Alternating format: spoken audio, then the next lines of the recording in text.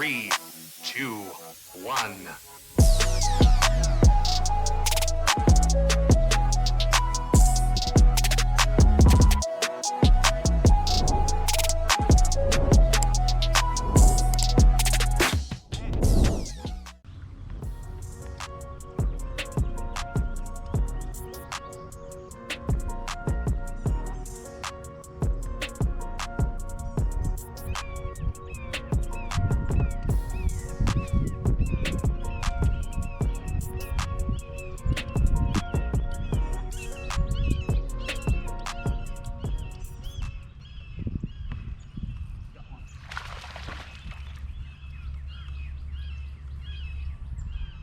There's one in the boat, guys.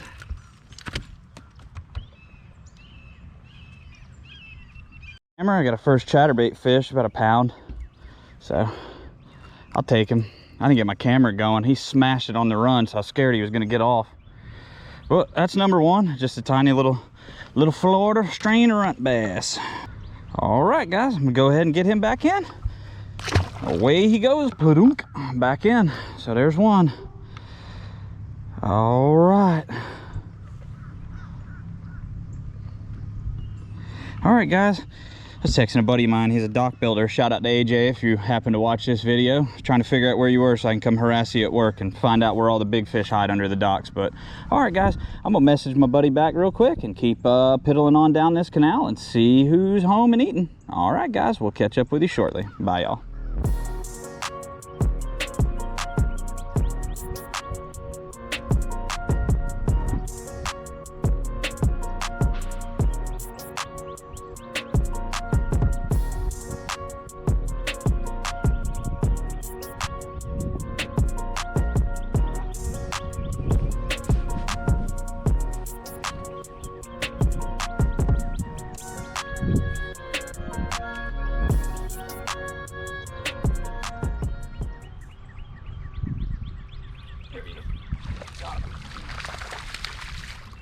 Here's another one, guys. Fish number 2 of the day in this canal. Another tiny little runt bass. But hey, it's something, so I'll take it. And it already ripped that Kitech. Great, I'm almost out of Kitechs. Wonderful. Wonderful, thanks, buddy. There's another little one for you guys. Okay, all right, well, gotta re-rig this Kitech because he done ripped this one. I've only got 2 left in Tennessee shad, so I'll be going back to the stove and getting some more. All right, guys, I'll be right back to you.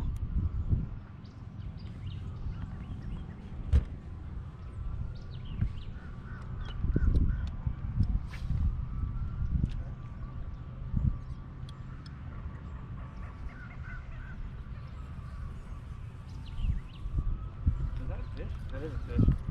Another one, guys. Another one, like that. Clockwork, son. Oh, this fish has got disease. Oh, that ain't good, guys. I gotta get some pictures of this fish. All right, he's got sores and everything on him. Look at that, guys. This is what I've been afraid to catch. Look at all them sores on that fish. There's another one on the other side. He is tore up with disease, man. Wonderful. This is bad news bears here, guys. This is what I've been afraid of. This particular lake has got a lot of pollution in it over the years, so.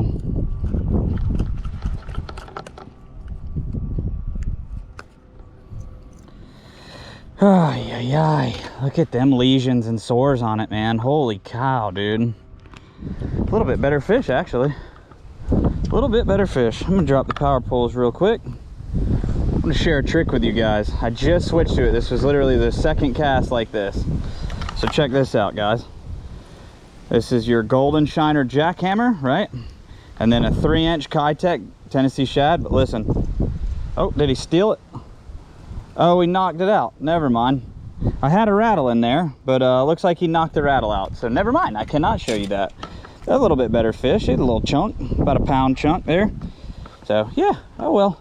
He knocked my rattle out. I put glass rattles in my trailers every now and then. Gonna go ahead and get him back in. Nice little 1.5 pounds. That was a fun little fight right there. All right, get you back in. See you later, buddy. Alrighty.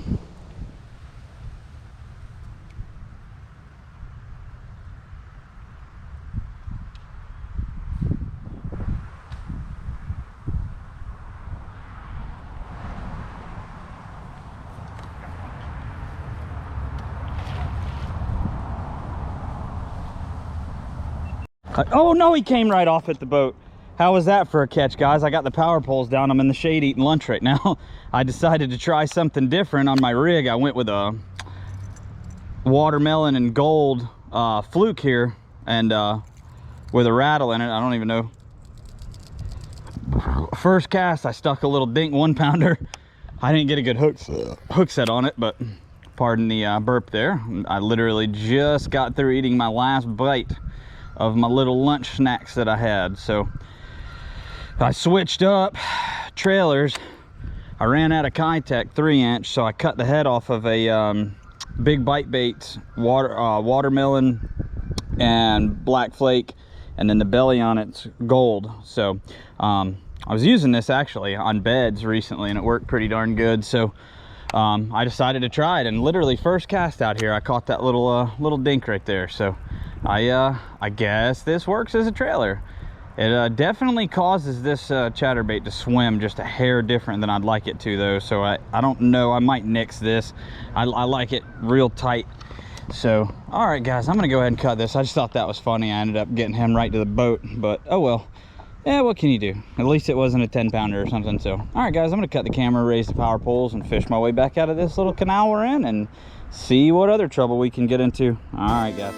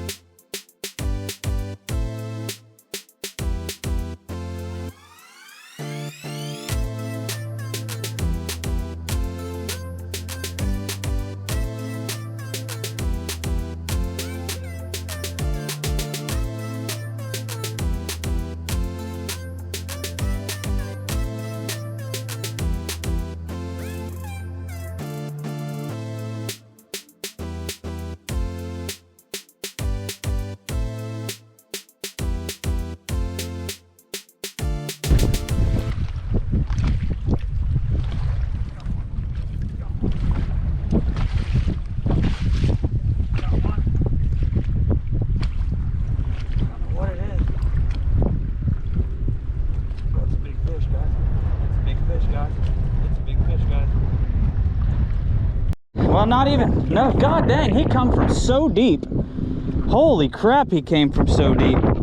Golly. Man, I thought this fish was freaking 5 pounds. God, dog.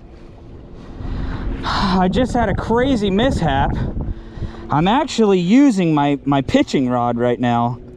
If you guys can believe that.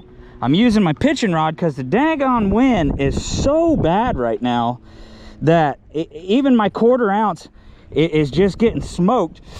Well, I've got my pitching rod real loose, you know, because I'm never really pitching around or doing, you know, I'm just pitching short distance. I just slung it, I backlashed my pitching rod all the way almost to the bottom of the spool. I was getting my line out and I just decided to drift so it wouldn't bird's nest in a boat or anything like that, and I lose that fluoro. And when I reeled my slack in, I went to go reel it and my line was moving, and it was this guy right here. So yeah, cool, man. I'll take it. I finally am finding brush piles. I'm sorry if it's super loud right now for you guys, but all right, I'm gonna go ahead and get him back in. Down he goes in a little splash. All right, guys, I gotta regroup after that because that was a catastrophe. So I'm gonna set back up, re-rig, and get back on that. There's definitely a lot of fish here on this brush pile. I just was having a hard time getting down to them. So I'm gonna re-rig and get back to it, and hopefully I can lay a little bit bigger fish in the boat for you guys. All right, guys, I'll see you in a second. A little bit better than the last one. A little bit better than the last one. A little bit better than the last one. Get in the boat, fool. There we go. That's a little bit better. That ain't huge, but it's a little bit better. Hey guys, deep water chatterbait, guys, don't sleep on it. Do not sleep on it. That was the first cast with a chatterbait, guys. First cast with a chatterbait right there. That's a chunked up fat little fish, man. Chunked up fat little fish right there. Nice, I'll take that. Yes, sir. Alrighty, got that one. We can go ahead and get him back on in the water. All right, guys, here he goes. Back down to the depths. See you later, dude. Thanks for shopping. All right, guys, I'm gonna adjust my I found more Kitex, thankfully. I think that fish knocked the daggum tail off of it though, so I'm not too happy about that. I gotta go. I know where I'm going tonight, to Dick's Sporting Goods, to get me some more Kitex, so. Or Brookers. Actually, I'm gonna call Brookers and see if they got Kitex. They should. I'd rather go spend money with them. All right, guys, I am going to get back to it. I'm gonna grab my second to last Kitech and pray that the next one don't shred it. All right, guys, we'll catch you on the next. Sorry for the wind, guys. Basically what I've did is the wind is blowing so hard. I went over the brush pile and basically graphed on my side scan, down scan, verified it, you know, just verified everything and kind of the layout of it on live scope. And then I pulled the boat over it forward with the nose of the boat in the wind. So what I did is then I put spot lock on and I'm casting out of the back of the boat and dragging this through the brush pile. And basically what I've been doing here lately to get on fish, I've got a golden shiner jackhammer. It's a 1/2 ounce. And then I've got it's called Tennessee shad, but it's it looks awfully shinerish to me. It's got gold flake in it, so it just paired really beautifully with that. It's a 3-inch.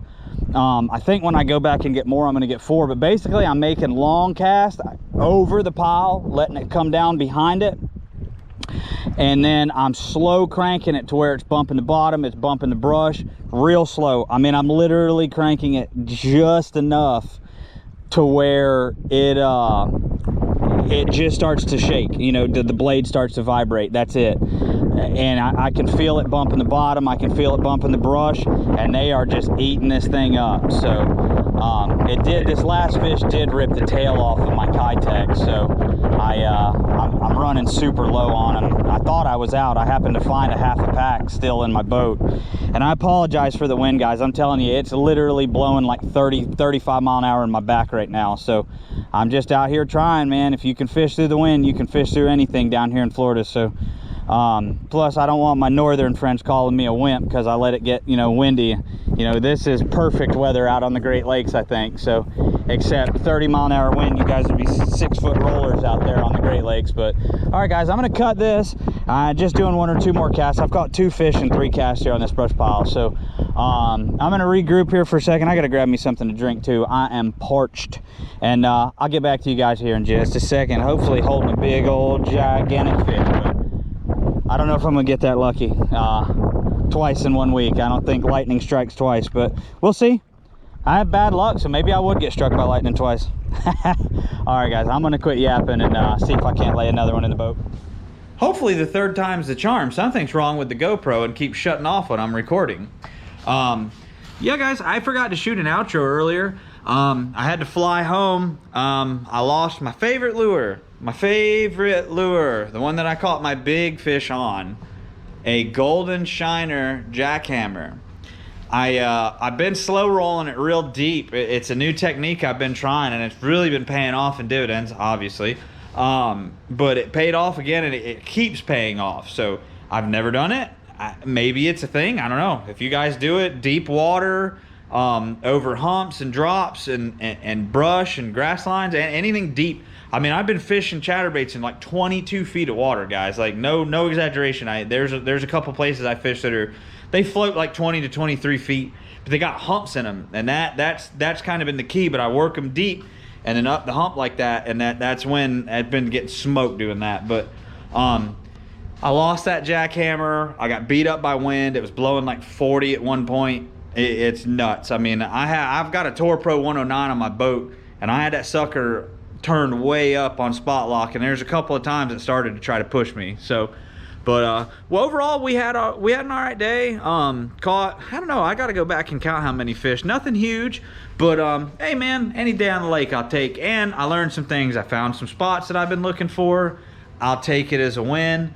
But anyways, guys, I got to turn over the pictures and documentation and some other stuff from that fish that I had with some disease to FWC.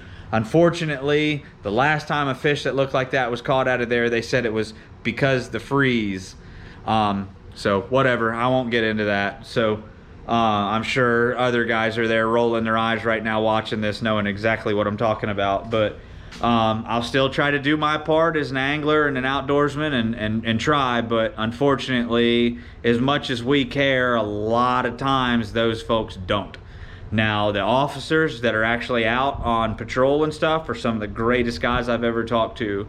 Unfortunately, I think it's men in suits that cause all the problem. But again, that's as far as I'll dive into it. Who knows? I'll probably end up getting shadow banned or banned or something because I brought up, you know, that. But all right, guys, you know the drill. Like, subscribe, follow us on all of our social medias. I'm gonna get off here because I'm burnt, I'm tired, and I still have to unload the truck and the boat and everything else. So thank you guys for everything. And guys, we'll catch you on the next one. Bye, guys.